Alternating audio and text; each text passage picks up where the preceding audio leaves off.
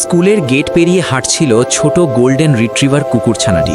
তার পরনে ছিল তালিমারা জিন্স আর ছেঁড়া লাল সাদা চেক শার্ট। তার পিঠে ঝুলছিল একটা পুরনো তালি দেওয়া স্কুল ব্যাগ। সে জানতো স্কুলে সবাই তার দিকে তাকিয়ে আছে।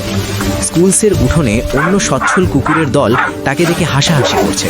তারা কুকুরছানাটিকে অপমানিত করার জন্য তার উপর পানি ছুঁড়ে মারে। কুকুরছানাটি অপমানিত হয়ে কাঁদে। তার অশ্রু ঝরছিল। সে দমে যায়নি। সে স্কুলে অপমানিত হলেও সে তার লড়াই চালিয়ে যাওয়ার সিদ্ধান্ত নেয়। সে কাঠমিস্ত্রির দোকানে কঠোর পরিশ্রম করে। সে কাঠ কাটছে। কুকুরছানাটি তার উপার্জিত টাকা দিয়ে নতুন স্কুল ইউনিফর্ম ও ব্যাগ কেনে। সে একটা চমৎকার ইউনিফর্মের দোকান থেকে নতুন ইউনিফর্ম আর একটা চমৎকার লেদার ব্যাগ কিনেছে। পরের দিন সে যখন স্কুলে আসে তখন সে টিপটপ ছিল। তার পরনে ছিল নতুন স্কুল ইউনিফর্ম আর পিঠে নতুন ব্যাগ।